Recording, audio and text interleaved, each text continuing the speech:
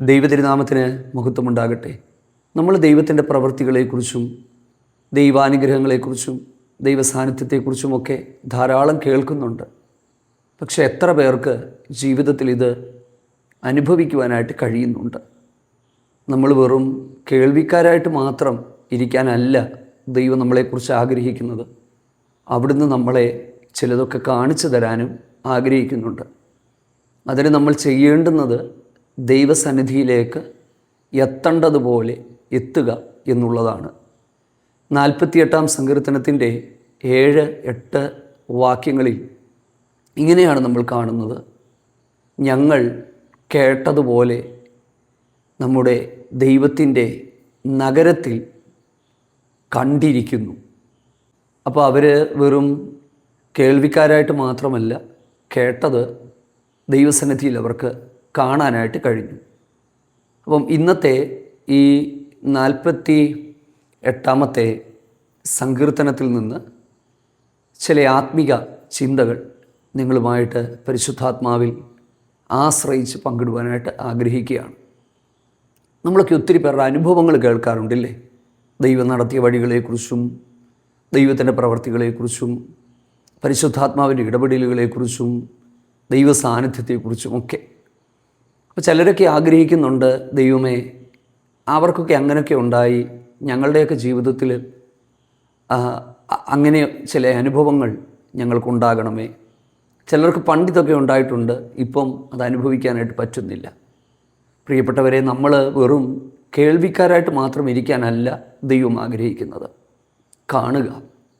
പക്ഷെ നമ്മൾ കാണണമെങ്കിൽ നമ്മൾ കാണേണ്ടവനെ കാണണം, കാണേണ്ടതുപോലെ വരണം. 48-ാം സങ്കീർത്തനം അനേക ദൈവരാജ്യത്തിലെ അത്ഭുതങ്ങളുടെ വിവരണമാണ്. ഈ 48-ാം സങ്കീർത്തനം, ഈ സങ്കീർത്തനം മുഴുവനും കേട്ട് കഴിയുമ്പോൾ നിങ്ങൾക്കത് മനസ്സിലാകും.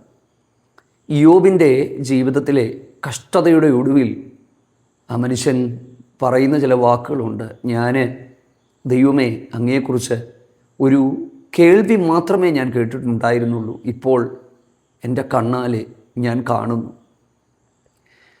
സ്നാപക യോഹന്നാൻ നടന്നു പോകുന്ന യേശുവിനെ കണ്ടിട്ട് തൻ്റെ കൂടെയുള്ള ശിഷ്യന്മാരോട് പറഞ്ഞു, ഇതാ ദൈവത്തിൻ്റെ കുഞ്ഞാട്. ഇത് രേഖപ്പെടുത്തിയിരിക്കുന്നത് യോഹന്നാൻ്റെ സുവിശേഷം 1-ാം അധ്യായത്തിൻ്റെ 35-ാമത്തെ വാക്യത്തിലാണ്. അപ്പോൾ യോഹന്നാൻ്റെ വാക്കുകൾ കേട്ടിട്ട് ആ 2 പേര്, അങ്ങനെയാണ് വചനത്തിൽ എഴുതിയിരിക്കുന്നത്. നിങ്ങൾ യോഹന്നാൻ്റെ സുവിശേഷം 1-ാം അധ്യായത്തിൻ്റെ 35-ാമത്തെ വാക്യത്തിലേക്ക് വരുമ്പോൾ നമുക്കത് കാണാനായിട്ട് പറ്റും. അവിടെ രേഖപ്പെടുത്തിയിരിക്കുന്നത്, യോഹന്നാൻ പറയുന്നത് ആ ശിഷ്യന്മാർ കേട്ടു. യേശുവിനോട് ചോദിച്ചു, അവിടുന്ന് എവിടെയാണ് പാർക്കുന്നത്? അപ്പം കർത്താവ് അവരോട് പറഞ്ഞു, വന്ന് കാൺമീൻ എന്ന് പറഞ്ഞു. കണ്ടോ, യോഹന്നാൻ പറഞ്ഞത് കേട്ട് അനുഗമിക്കാനായിട്ട് വന്നവരോട് യേശു പറഞ്ഞു, വന്ന് കാണുക. അതായത് വെറും കേൾവിക്കാരായിട്ടല്ല, വന്ന് കാണാൻ പറഞ്ഞു. അങ്ങനെ അവർ യേശുവിനോടുകൂടെ പോകുന്നു. ഇവരിൽ ഒരാൾ ശീമോൻ പത്രോസിൻ്റെ സഹോദരനായ അന്ത്രയോസാണ്. ഈ അന്ത്രയോസ് കണ്ടതിന് ശേഷം തിരിച്ച് പത്രോസിൻ്റെ അരികിലേക്ക് ചെന്നിട്ട് പത്രോസിനെയും വിളിച്ച് യേശുവിൻ്റെ അരികിലേക്ക് കൊണ്ടുപോയിട്ട് പറയുകയാണ്, ഞങ്ങൾ മശിഹയെ കണ്ടു, ഞങ്ങൾ ക്രിസ്തുവിനെ കണ്ടു. അപ്പം ശരിക്കും നമ്മൾ ദൈവജനത്തിൻ്റെ ആഴങ്ങളിലേക്ക് ഇറങ്ങി ചെല്ലുമ്പോൾ പല സമയങ്ങളിലും നമ്മളൊരു കേൾവിക്കാരായി തുടരുകയാണ്. പക്ഷെ ദൈവം നമ്മളെക്കുറിച്ച് ആഗ്രഹിക്കുന്നത് നമ്മൾ കേൾവിക്കാരായിട്ട് തുടരാനായിട്ടല്ല, നമ്മളത് കാണണം. ദൈവരാജ്യത്തിൽ കാണാൻ ചിലതുണ്ട്, അനുഭവിക്കാൻ ചിലതുണ്ട്. എല്ലാ സമയത്തും കേൾക്കുന്നതെല്ലാം ശരിയാകണമെന്നില്ല, ഇല്ലേ? നമ്മളൊക്കെ കേട്ട് വിശ്വസിച്ച പല കാര്യങ്ങളും നേരിൽ കണ്ടപ്പോൾ സത്യമല്ലെന്ന് നമുക്ക് ബോധ്യപ്പെട്ടു. ഇന്നത്തെ കാലത്തെ പല വാർത്തകളും കാണുന്നതെല്ലാമൊന്നും നമുക്ക് വിശ്വസിക്കാനായിട്ട് പറ്റില്ല. പക്ഷേ ദൈവത്തിൻ്റെ മഹത്വത്തിലേക്ക് നമ്മൾ വരുമ്പോൾ കാണുന്നതിന് എത്രയോ അപ്പുറമാണ് നമ്മൾ അനുഭവിപ്പാനായിട്ട് ഇരിക്കുന്നത്. അതിന് ആർക്കെങ്കിലും ഒന്നും കഴിയുന്നില്ലെങ്കിൽ ഈ വചന സന്ദേശം നിങ്ങൾ ശ്രദ്ധാപൂർവം ഏറ്റെടുക്കുക. 48-ാം സങ്കീർത്തനം 7-8 വാക്യങ്ങൾ അങ്ങനെയാണ്: ഞങ്ങൾ കേട്ടിരിക്കുന്നു, സൈന്യങ്ങളുടെ യഹോവയുടെ നഗരത്തിൽ ഞങ്ങൾ കണ്ടു. ഞങ്ങൾ കേട്ടത് ഞങ്ങളവിടെ കണ്ടു. ഈ ശലോമോൻ രാജാവിനെക്കുറിച്ച് നമുക്കറിയാം. ശലോമോൻ രാജാവിനെക്കുറിച്ചുള്ള വസ്തുതകളൊക്കെ കേട്ടിട്ട് ശേബ രാജ്ഞി എന്ന് പറയുന്ന ഒരു രാജ്ഞി ശലോമോനെ കാണാനായിട്ട് വന്നു. ഒത്തിരി രത്നവും പൊന്നുമൊക്കെ ആയിട്ടാണ് വന്നത്. പക്ഷെ വന്ന് ശലോമോനോട് ചില ചോദ്യങ്ങൾ ചോദിച്ചു. സമാധാനപരമായി ഉത്തരം കിട്ടി. ശലോമോൻ രാജാവിൻ്റെ എഴുന്നള്ളത്തും അരമനയും പരിചാരകന്മാരുടെ ഇരിപ്പും അവരുടെ വസ്ത്രവുമൊക്കെ കണ്ടിട്ട് താൻ അമ്പരന്നുപോയി. രാജ്ഞി അമ്പരന്നുപോയി. അവർക്ക് സ്വപ്നം കാണാൻ പറ്റുന്നതിനപ്പുറത്ത്, അല്ലെങ്കിൽ അവർ കണ്ടതിൻ്റെ പാതി അവർ ചിന്തിച്ചുള്ളൂ, ഇല്ലേ? അപ്പം ഞാൻ ആ ഭാഗം വായിച്ചപ്പോൾ എനിക്കൊരു കാര്യം മനസ്സിലായി. ദൈവം ഒരു മനുഷ്യന് കനിഞ്ഞനുഗ്രഹിച്ച് തന്നാൽ, കൊടുത്താൽ, അവന് ജ്ഞാനവും വിവേകവും സമ്പത്തുമൊക്കെ ദൈവം കൊടുത്താൽ അത് അവർണ്ണനീയമാണ്. ഒരു മനുഷ്യനും ചിന്തിക്കാനായിട്ട് പറ്റത്തില്ല. പ്രിയപ്പെട്ടവരെ, നമ്മുടെ ദൈവം തരുമ്പം ചില സമയങ്ങളിൽ അങ്ങനെയാണ് ദൈവം തരുന്നത്, ദൈവം നടത്തുന്നതും അങ്ങനെയാണ്. ഈ സമാഗമന കൂടാരത്തെക്കുറിച്ച് നമ്മൾ പഠിക്കുമ്പം സമാഗമന കൂടാരത്തിൻ്റെ ഏറ്റവും മൂടുപടം എന്ന് പറയുന്നത് തഹശുതോൽ കൊണ്ടുള്ള മൂടുപടമാണ്. അപ്പോൾ പുറമേ നിന്ന് നോക്കിയാൽ ഈ സമാഗമന കൂടാരത്തിന് വേണ്ടത്ര ഭംഗിയൊന്നും ഉണ്ടാകില്ല. പക്ഷേ ഒരു വ്യക്തി അതിൻ്റെ ഉള്ളിലേക്ക് പ്രവേശിച്ചാൽ പ്രാകാരത്തിലേക്ക് പോകും. അവിടെ നിന്ന് വിശുദ്ധ സ്ഥലത്തേക്കും അതിവിശുദ്ധ സ്ഥലത്തേക്കും ഒക്കെ കയറി ചെല്ലാനായിട്ട് ശ്രമിക്കുമ്പോൾ സാധാരണക്കാർക്കൊന്നും അത്രയും പ്രവേശനമില്ല കേട്ടോ. വിശുദ്ധ സ്ഥലത്തേക്കും അതിവിശുദ്ധ സ്ഥലത്തേക്കുമൊക്കെ തിരഞ്ഞെടുക്കപ്പെട്ട പുരോഹിതന്മാർക്കാണ് പ്രവേശനമുള്ളത്. അപ്പം അകത്തേക്ക് ചെല്ലും തോറും ഭയങ്കര ശോഭയാണ്. തടികളൊക്കെ എന്ന് പറയുന്നത് ഗോഫർ മരം കൊണ്ടൊക്കെ ഉണ്ടാക്കിയതാണെങ്കിലും അതൊക്കെ വെള്ളി കൊണ്ടും പൊന്നുകൊണ്ടുമൊക്കെ ഈ പലകകൾ പൊതിഞ്ഞ് ഇതിൻ്റെ അകത്തെ ഈ വിളക്കിൻ്റെ വെട്ടവും ധൂപവർഗത്തിൻ്റെ പുകയുമൊക്കെ ആയിട്ട് ഒരു മനോഹരമായ അന്തരീക്ഷമാണ് അതിൻ്റെ അകത്തുള്ളത്. പക്ഷെ പുറമേ നിന്ന് നോക്കുന്നവന് ഇത് അത്ര രസകരമായി തോന്നത്തില്ല. ശരിക്കും ദൈവരാജ്യത്തിൻ്റെ അകത്തും ഒരു മനോഹാരിതയുണ്ട്. അപ്പോൾ ദൈവം നമ്മളോട് പറഞ്ഞത്, ദൈവം നമ്മുടെ ചെവിയിൽ കേൾപ്പിച്ചത്, നമുക്ക് കാണണമെങ്കിൽ നമ്മൾ ദൈവരാജ്യത്തിൻ്റെ ഉള്ളിലേക്ക് വരണം. നമ്മൾ ഈ 48-ാം സങ്കീർത്തനം വായിക്കുമ്പോൾ എന്തൊക്കെയോ ഒരു ചരിത്ര വിവരണം പോലെ നമുക്ക് തോന്നും. സൈന്യങ്ങളുടെ യഹോവയുടെ നഗരത്തിലേക്ക് ചെല്ലുമ്പോൾ ഉത്തരഗിരിയായ സിയോൻ ഉയരം കൊണ്ട് മനോഹരമാണ്, കുടിമുടികളുള്ള പർവ്വതമാണ്, എത്ര മനോഹരമാണെന്നൊക്കെ സങ്കീർത്തനക്കാരൻ തൻ്റെ ആ ഒരു കാവ്യഭാഷയിൽ അതിനെ വിശദീകരിക്കുമ്പോൾ പുതിയ നിയമ അർത്ഥത്തിലേക്ക് വരുമ്പോൾ ശരിക്കും ഈ ഒരു സങ്കീർത്തനം വിരൽ ചൂണ്ടുന്നത് ദൈവരാജ്യത്തിലേക്കും ദൈവസഭയിലേക്കുമാണ്. ഇന്ന് പലർക്കും വാസ്തവമായ ദൈവാനുഗ്രഹങ്ങൾ അവർക്ക് അനുഭവിക്കാനായിട്ട് പറ്റാത്തതിൻ്റെ കാരണം അവർ ദൈവരാജ്യത്തിന് പുറത്തായതുകൊണ്ടാണ്. ഈ ചില ആൾക്കാർ ചോദിക്കും, നിങ്ങളുടെ യേശു സൗഖ്യമാക്കുന്നെങ്കിൽ, വിടുവിക്കുന്നവനാണെങ്കിൽ, അത്ഭുതം ചെയ്യുന്നവനാണെങ്കിൽ നിങ്ങൾ തിരുവനന്തപുരം മെഡിക്കൽ കോളേജിൽ പോകും, അവിടെയുള്ള എല്ലാ രോഗികളെയും നിങ്ങൾ സൗഖ്യമാക്കുക. നിങ്ങൾ പറയുന്നത് നിങ്ങളുടെ ഇടയിൽ സൗഖ്യം നടക്കുന്നു, നിങ്ങളുടെ ഇടയിൽ വിടുതൽ നടക്കുന്നു, നിങ്ങൾ പ്രാർത്ഥിക്കുമ്പോൾ അത്ഭുതം നടക്കുന്നു. പക്ഷേ ഞങ്ങൾ പറയുന്നിടത്ത് നിങ്ങളെന്താ ചെയ്യാത്തത്? നമുക്കെതിരെയൊക്കെ ഉള്ളൊരു വലിയൊരു ആരോപണമാണ്. പക്ഷെ ദൈവവചനം പഠിച്ചപ്പോൾ എനിക്കൊരു കാര്യം മനസ്സിലായി. ഈ ലോകത്തിലെ മനുഷ്യനെ കാണിക്കാനും അവരുടെ എല്ലാ രോഗം മാറ്റാനും ഒന്നും അല്ല കർത്താവ് ഇരിക്കുന്നത്. അവിടുന്ന് ഓൾറെഡി ദൈവമാണെന്ന് തെളിയിച്ചു കഴിഞ്ഞു. 2000-ൽ പരം വർഷങ്ങൾക്ക് മുമ്പ് മാനവജാതിയുടെ പാപത്തിനായിട്ട് ഈ താണഭൂമിയിലേക്ക് വന്ന് കാൽവറി ക്രൂശിൽ മരിച്ച് ഉയർത്തെഴുന്നേറ്റ് കല്ലറ ഭേദിച്ച് പുറത്തു വന്നതോടുകൂടി ദൈവപുത്രനാണെന്നും മരണത്തിൻ്റെ മേലും പാതാളത്തിൻ്റെ മേലും പിശാചിൻ്റെ മേലും അധികാരമുള്ളവനാണെന്നും മുഴു ലോകത്തിനും തെളിയിച്ചു. ഇനിയും കർത്താവിനത് തെളിയിക്കേണ്ട ആവശ്യമില്ല. പക്ഷേ ഇന്നും അവിടുന്ന് അത്ഭുതം ചെയ്യും. എവിടെയാണ് അത്ഭുതം ചെയ്യുന്നത്? ദൈവസഭയ്ക്കകത്ത്, ദൈവരാജ്യത്തിൻ്റെ അകത്ത്. ആര് ദൈവസന്നിധിയിലേക്ക് വരുന്നോ ആ ദൈവരാജ്യത്തിൻ്റെ അകത്ത്. അതാണ് പറഞ്ഞത്, ഞാൻ ദൈവാത്മാവിനാൽ ഭൂതങ്ങളെ പുറത്താക്കുന്നുവെങ്കിൽ ദൈവരാജ്യം നിങ്ങളുടെ ഇടയിൽ വന്നെത്തിയിട്ടുണ്ട്. പ്രിയപ്പെട്ടവരെ, ആത്മാർത്ഥമായിട്ട് പ്രാർത്ഥിക്കണം, ദൈവമേ എൻ്റെ കുടുംബത്തിൻ്റെ അകത്ത് ദൈവരാജ്യം വെളിപ്പെടണമേ. ദൈവസഭയെന്ന് പറയുന്ന ആ ഒരു കൺസെപ്റ്റ് പുതിയ നിയമത്തിലേക്ക് നോക്കുമ്പോൾ നമ്മൾ ദൈവസഭയെന്ന് പറയുമ്പോൾ ഒത്തിരി തെറ്റായ ധാരണകൾ വരും. പലരും അവരുടേതൊക്കെ സ്വയം ദൈവസഭകളാണെന്നങ്ങ് അഭിമാനിക്കുകയാണ്. പക്ഷെ ഞാൻ ഒരു സംഘടനയുടെയും വക്താവായി നിന്നുകൊണ്ടല്ല. ദൈവസഭയെന്ന് പറയുന്നത് എന്താണ്? അതായത് ദൈവസഭ എന്ന് പറയുന്നത് യൂണിവേഴ്സൽ ചർച്ചാണ്. യേശുവിൻ്റെ രക്തത്താൽ വീണ്ടെടുക്കപ്പെട്ട് രക്ഷാനിർണയം പ്രാപിച്ച് ആ രക്ഷാനുഭവത്തിലൂടെ വിശുദ്ധീകരണം എന്നുള്ള പാളത്തിലൂടെ തേജസ്കരണം എന്നുള്ള ലക്ഷ്യത്തിലേക്ക് യാത്ര ചെയ്യുന്ന, പരിശുദ്ധാത്മാവിനാൽ നിറയപ്പെട്ട, ആത്മശക്തിയിൽ ജീവിക്കുന്ന, വേർപാടിലും വിശുദ്ധിയിലും ദൈവത്തെ ആരാധിക്കുന്നവരുടെ കൂട്ടമാണ് ദൈവസഭ എന്ന് പറയുന്നത്. അതിന് സംഘടന അടിസ്ഥാനമൊന്നുമില്ല. പലരും പലതരത്തിൽ സംഘടനകളാക്കി ഇതിനെയൊക്കെ ഞങ്ങളാണ് ദൈവസഭകൾ, ഞങ്ങളാണെന്നൊക്കെ പറയുമ്പോൾ അതിനോടൊന്നും തർക്കിക്കാനോ എതിരിടാനോ ഒന്നുമല്ല. പ്രിയപ്പെട്ടവരെ, ഇത് സാർവലൗകികമായിട്ടുള്ള കർത്താവായ യേശു ക്രിസ്തുവിൻ്റെ രക്തം കൊടുത്ത് വീണ്ടെടുത്ത ദൈവമക്കളുടെ കൂട്ടം, അതാണ് ദൈവസഭ. നമ്മൾ എബ്രായ ലേഖനത്തിലേക്ക് വരുമ്പോൾ സ്വർഗത്തിൽ പേരെഴുതിയിരിക്കുന്ന ആദിജാതന്മാരുടെ കൂട്ടമാണ് സഭയെന്ന് നമുക്ക് കാണാനായിട്ട് പറ്റും. അപ്പോൾ നമുക്ക് ഈ 48-ാം സങ്കീർത്തനത്തിലേക്ക് നമുക്ക് പോകുമ്പോൾ നമ്മൾ എടുത്ത ഭാഗത്തോട് നമുക്ക് വിശ്വസ്തത കാണിക്കണമല്ലോ. ആ ഭാഗങ്ങൾ നമ്മൾ നോക്കുമ്പോൾ അതിൻ്റെ ആദ്യത്തെ 1, 2, 3 വാക്യങ്ങളിലേക്ക് നമ്മൾ വരുമ്പം നിങ്ങൾക്ക് അവിടെ കാണാനായിട്ട് പറ്റുന്നത് മഹാരാജാവിൻ്റെ നഗരമായ ഉത്തരഗിരിയായ സിയോൻ ഉയരം കൊണ്ട് മനോഹരം, സർവ്വഭൂമിയുടെയും ആനന്ദമാണ്. അതിൻ്റെ അരമനകളിൽ ദൈവം ഒരു ദുർഗമായി വെളിപ്പെട്ടു വന്നിരിക്കുന്നു. അതിൻ്റെ അരമനകളിൽ ദൈവം ഒരു ദുർഗമായി വെളിപ്പെട്ടു വന്നിരുന്നു. ഇന്നും പ്രിയപ്പെട്ടവരെ, കർത്താവ്, നമ്മൾ വെളിപ്പാട് പുസ്തകത്തിൽ നമ്മൾ നോക്കുമ്പോൾ 7 നിലവിളക്കുകളുടെ നടുവിൽ, അതായത് സഭയുടെ നടുവിൽ ഉലാവുന്ന ക്രിസ്തുവിനെ നമുക്ക് കാണാനായിട്ട് പറ്റും. അപ്പം ഇന്ന് ശരിക്കും ദൈവത്തെ തേടി പോകാനായിട്ട് ശ്രമിക്കുമ്പോൾ പ്രിയപ്പെട്ടവരെ, ദൈവസഭയുടെ മധ്യത്തിൽ അതിൻ്റെ നായകനായി, അതിൻ്റെ നെടുന്തൂണായി രക്തം കൊണ്ട് താൻ സമ്പാദിച്ച ആ ഒരു സഭ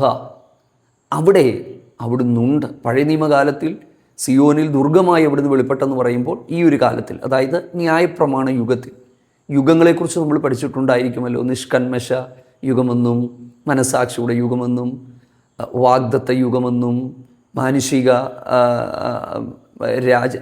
ഒരു രാജകീയ കാലഘട്ടം, പിന്നെ ന്യായപ്രമാണ യുഗം, കൃപായുഗം എന്നൊക്കെ സൗകര്യാർത്ഥം നമ്മളിതിനെ തരംതിരിച്ച് പഠിക്കുമ്പോൾ ശ്രദ്ധിച്ച് മനസ്സിലാക്കുക, ഈ ഒരു കാലഘട്ടത്തിൽ ആ പഴയ നിയമ ഇസ്രായേലിലേക്ക് നമ്മൾ പോകരുത്. ഇന്നും സഭയുടെ നാഥനായി കർത്താവുണ്ട്. അടുത്തത് അതിന് 4-5 വാക്യങ്ങളൊക്കെ നമ്മൾ വായിക്കുമ്പോൾ, രാജാക്കന്മാർ ഇതിനെതിരെ ഒന്നിച്ചുകൂടി, അവർ കടന്നുപോയി, അവർ പരിഭ്രമിച്ച് അമ്പരന്ന് അവർ ഓടിപ്പോയി. നമ്മൾ ദൈവസഭയുടെ ചരിത്രം നമ്മൾ എടുത്താൽ, ദൈവസഭയ്ക്കും ദൈവരാജ്യത്തിനും ദൈവമക്കൾക്കും എതിരെയുള്ള വെല്ലുവിളികളൊന്നും ഇന്നോ ഇന്നലെയോ തുടങ്ങിയതല്ല. ഞാൻ എൻ്റെ സഭയെ പണിയും, പാതാള ഗോപുരങ്ങൾ അതിനെ ജയിക്കത്തില്ല. ദൈവസഭയുടെ ആരംഭകാലം മുതൽ ഇതിനെതിരെ പാതാളത്തിൻ്റെ ഗോപുരവും ശക്തികളും കിണഞ്ഞു പരിശ്രമിച്ചിട്ടുണ്ട്. ഒരുപാട് രാജാക്കന്മാർ, ചക്രവർത്തിമാർ ഇതിനെ ഇല്ലാതാക്കാൻ ശ്രമിച്ചിട്ടുണ്ട്. പക്ഷേ ഇന്നും ഇത് തളർന്നിട്ടില്ല. ഇന്നും അതിൻ്റെ വളർച്ച ഇല്ലാതാക്കാൻ ആർക്കും കഴിഞ്ഞിട്ടില്ല. ഒരുപാട് ദുരുപദേഷ്ടാക്കന്മാർ ഇതിനെ ഇല്ലാതാക്കാൻ നോക്കി. പ്രിയപ്പെട്ടവരെ, നമ്മൾ ചുറ്റുപാടുകളിലേക്ക് ഒന്ന് കണ്ണോടിച്ചാൽ ദൈവസഭയുടെ ഒന്നും വളർച്ച, ആത്മീക കൂട്ടായ്മകളുടെ പോക്ക് അത്ര എളുപ്പത്തിലല്ല. ഇതിനെയൊക്കെ ഇല്ലായ്മ ചെയ്യാനും അമർച്ച ചെയ്യാനും ഇല്ലാതാക്കാനും ഒക്കെ ഒരുപാട് ആളുകൾ ഇന്നും ശ്രമിക്കുന്നുണ്ട്. ഒരു പരിധിവരെ അവരൊക്കെ വിജയിച്ചെന്ന് തോന്നിയിട്ടുണ്ടെങ്കിലും പൂർവാധികം ശക്തിയോടെ ദൈവം ഇതിനെ ഉയർത്തിക്കൊണ്ട് വന്നിട്ടുണ്ട്.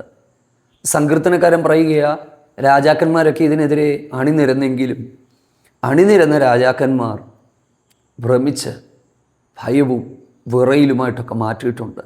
ചിലരൊക്കെ ഇതിൻ്റെ വക്താക്കളായി മാറിയിട്ടുണ്ട്.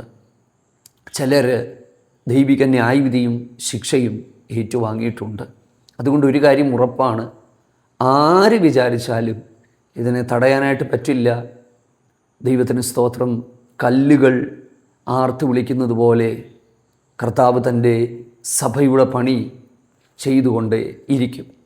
എന്നിട്ടാണ് നമ്മൾ അടുത്ത വാക്യത്തിലേക്ക് നമ്മൾ വരുമ്പോൾ 7-8 വാക്യങ്ങളിലേക്കൊക്കെ വരുമ്പോൾ, കിഴക്കൻ കാറ്റുകൊണ്ട് അവിടുന്ന് തർശീസ് കപ്പലുകളെ ഉടച്ചു കളയുന്നു. നാം കേട്ടതുപോലെ തന്നെ സൈന്യങ്ങളുടെ യഹോവയുടെ നഗരത്തിൽ, നമ്മുടെ ദൈവത്തിൻ്റെ നഗരത്തിൽ കണ്ടിരിക്കുന്നു. ഇതാണ് കുറച്ച് മുമ്പ് പറഞ്ഞത്. കേൾക്കുന്നതല്ല പല സമയത്തും നമ്മൾ കാണുന്നത്. പക്ഷെ ദൈവസന്നിധിയിലേക്ക് വരുമ്പോൾ നമ്മൾ കേട്ടത് ഈ ദൈവരാജ്യത്തിൻ്റെ അകത്തുണ്ട്. ദൈവം നിങ്ങളോട് പറഞ്ഞ വാഗ്ദത്തങ്ങൾ എന്തെങ്കിലും ഉണ്ടെങ്കിൽ അത് വിശ്വസിക്കാൻ തയ്യാറാകുക. അത് ഇതിൻ്റെ അകത്തുണ്ട്. ഈ നമുക്കറിയാം, ശമരിയക്കാരത്തി സ്ത്രീ കുറച്ചധികം പുരുഷന്മാരോടുകൂടെ ജീവിച്ചിരുന്നവൾ ആ നട്ടുച്ച നേരത്ത് ആ കിണറ്റിൻ്റെ കരയിൽ വെച്ച് ലോകരക്ഷിതാവിനെ കണ്ടുമുട്ടി. അവളുടെ ഹൃദയത്തിന് രൂപാന്തരമുണ്ടായി.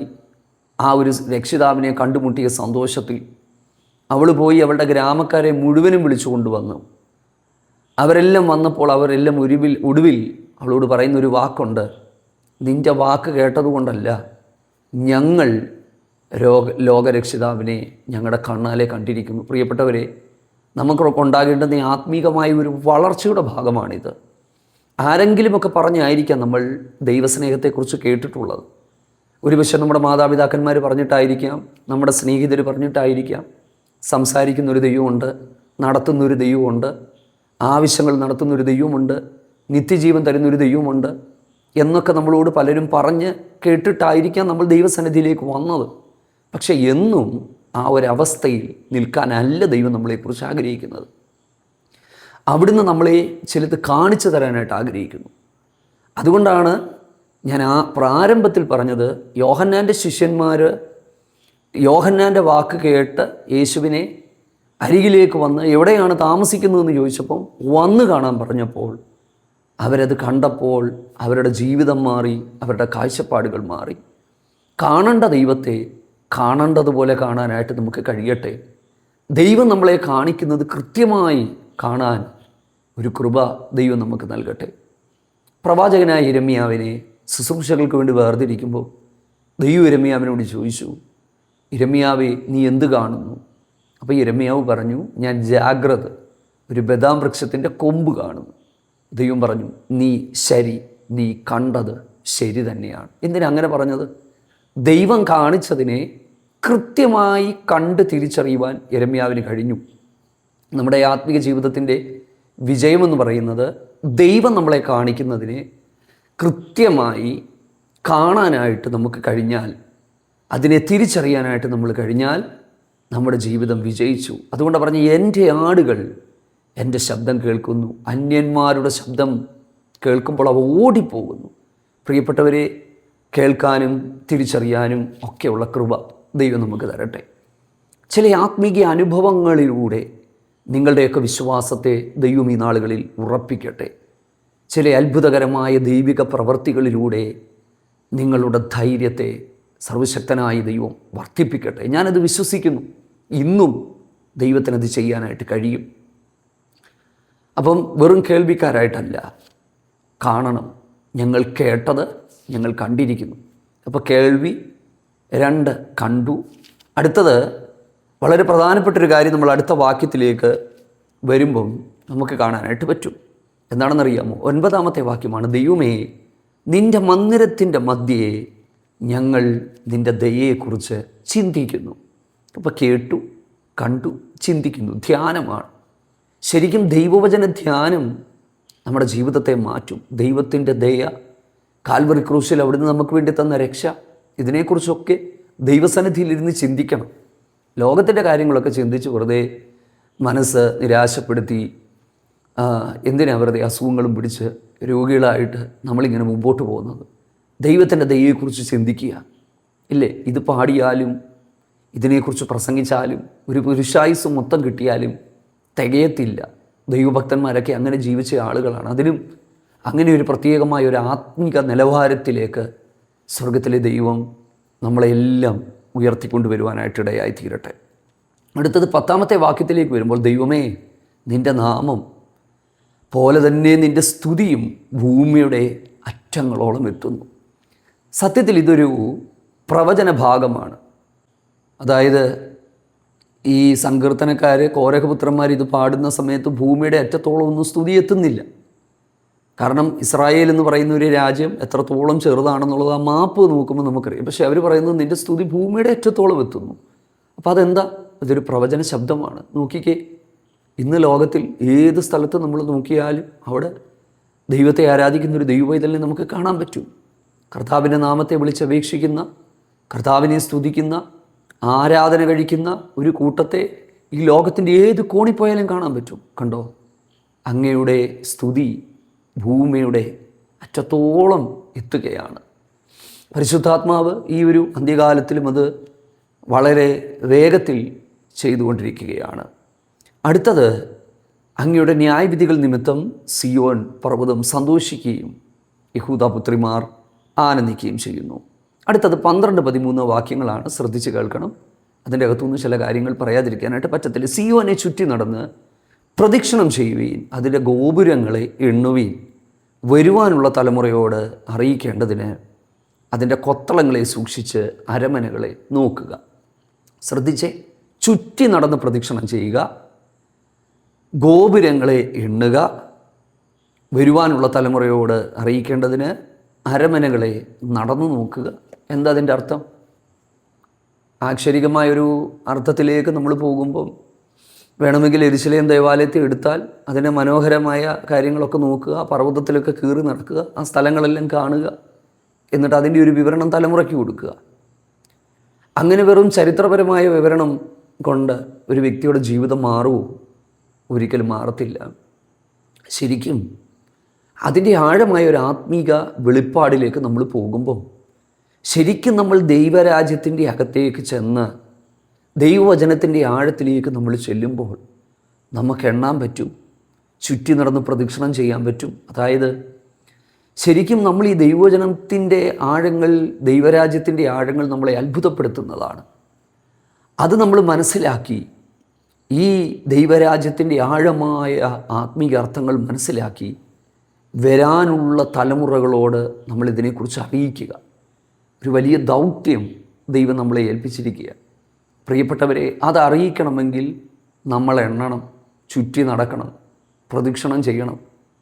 നമുക്കറിയാം, യെരിഹോവിനെ ചുറ്റി നടന്ന് പ്രദക്ഷിണം ചെയ്ത് ദൈവം പറഞ്ഞതനുസരിച്ച് ഏറ്റവും ഒടുവിൽ അവർ കാഹളമൊക്കെ ഊതിയപ്പോഴാണ് യെരിഹോവ് താഴെ വീണതും അവർക്ക് ആ പട്ടണത്തിലേക്ക് പ്രവേശിക്കാനായിട്ട് കഴിഞ്ഞത്.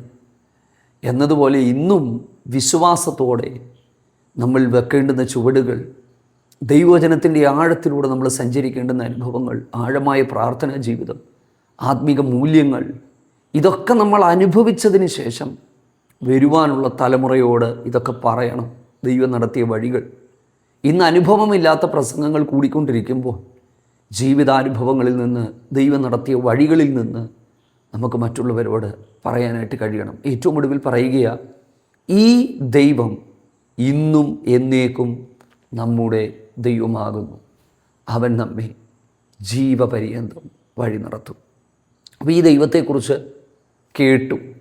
കേട്ടവൻ വിശുദ്ധ നഗരത്തിലേക്ക് വന്നു, ദൈവത്തെ കണ്ടു. ദൈവം ചില കാര്യങ്ങളെല്ലാം അവനെ കാണിച്ചു. കണ്ടു കഴിഞ്ഞപ്പം അവനൊരു കാര്യം മനസ്സിലായി, ഞാൻ കേട്ടതെല്ലാം സത്യമാണ്. അതാണ് ഞങ്ങൾ കേട്ടത്, ഞങ്ങളിവിടെ കണ്ടു. അടുത്തത്, ഞങ്ങളതിൻ്റെ മധ്യത്തിലിരുന്ന് ഞങ്ങളിതിനെക്കുറിച്ച് ധ്യാനിച്ചതിന് ശേഷം ഭൂമിയുടെ അറ്റത്തോളം ദൈവത്തിൻ്റെ സ്തുതികൾ ഉയർന്നു നിൽക്കുന്നത് ഞങ്ങൾ കണ്ടു. ഞങ്ങൾ ഇതിലൂടെ എല്ലാം യാത്ര ചെയ്തപ്പോൾ ഞങ്ങൾ മുമ്പൊരിക്കലും കണ്ടിട്ടില്ലാത്ത മനോഹരമായ കാഴ്ചകൾ ഞങ്ങളവിടെ കണ്ടു. അർത്ഥം, ശരിക്കും കർത്താവിനോടുകൂടെ നമ്മൾ ജീവിക്കുമ്പോൾ, വിശ്വാസത്തോടെ നമ്മൾ ജീവിക്കുമ്പോൾ ഈ ദൈവം എത്ര നല്ല ദൈവമാണെന്നും ആ ദൈവത്തിൻ്റെ കരുതലുകൾ എത്ര വലുതാണെന്നും പറയാൻ തക്കവണ്ണം എത്രയോ മഹത്തരമായ അനുഭവങ്ങളാണ് ഓരോരുത്തരുടെയും ജീവിതത്തിലുള്ളത്. ഇല്ലേ? ചുറ്റി നടക്കുക, പ്രദക്ഷിണം ചെയ്യുക, ഗോപുരങ്ങളെ എണ്ണുക എന്നതുപോലെ, അതൊക്കെ ശരിക്കും പറഞ്ഞാൽ ആ വാക്കുകൾ ദൈവരാജ്യത്തിൻ്റെ ആ അനുഭവങ്ങളെ നമ്മൾ മനസ്സിലാക്കാനായിട്ട് നമ്മളെ സഹായിക്കുന്ന കാര്യങ്ങളാണ്.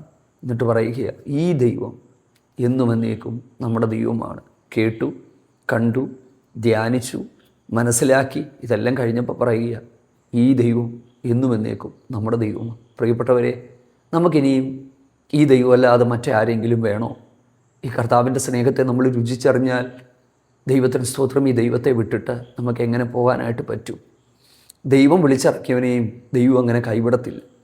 കഴിഞ്ഞ ദിവസം ഒരാൾ ഇങ്ങനെ പ്രാർത്ഥിക്കാനായിട്ട് ഫോണിൽ വിളിച്ച് സംസാരിക്കുകയും ഇങ്ങനെ പറഞ്ഞു, നിരാശപ്പെട്ടും വേദനപ്പെട്ടും ഒക്കെ അങ്ങ് പോകും, പക്ഷേ ഇടയ്ക്കിടയ്ക്ക് ദൈവം ഇങ്ങനെ കരം പിടിച്ച് ഇങ്ങനെ പൊക്കിക്കൊണ്ടിരിക്കും. സത്യമാണ്. ദൈവം ഒരാളെ കണ്ടിട്ടുണ്ടെങ്കിൽ അവനെ ഇങ്ങനെ പിന്നിലേക്ക് പിടിച്ചുകൊണ്ടേയിരിക്കും. വാ വാ വാ, നീ എൻ്റെ അരികിലേക്ക് വാ. അതൊക്കെ അനുഭവിക്കുന്ന പ്രിയപ്പെട്ടവർക്കായിട്ട് ദൈവത്തെ സ്തുതിക്കുന്നു. 48-ാം സങ്കീർത്തനം ഒരിക്കൽ കൂടി നിങ്ങൾ വായിക്കുക. നിങ്ങളുടെ പ്രാർത്ഥന മുറിയും ഈ സങ്കീർത്തനവുമായിട്ടിരിക്കുമ്പോൾ പരിശുദ്ധാത്മാവ് ആഴമേറിയ ആത്മീക ചിന്തകൾ നിങ്ങളുടെ ഉള്ളിൽ തന്ന് നിങ്ങളുടെ കാഴ്ചപ്പാടുകളെ ആത്മീക ജീവിതത്തെയും തൻ്റെ കൃപയാൽ നിറയ്ക്കാനായിട്ട് ഇടയായിത്തീരും. ആമേൻ. ദൈവം എല്ലാവരെയും ധാരാളമായിട്ട് സഹായിക്കട്ടെ.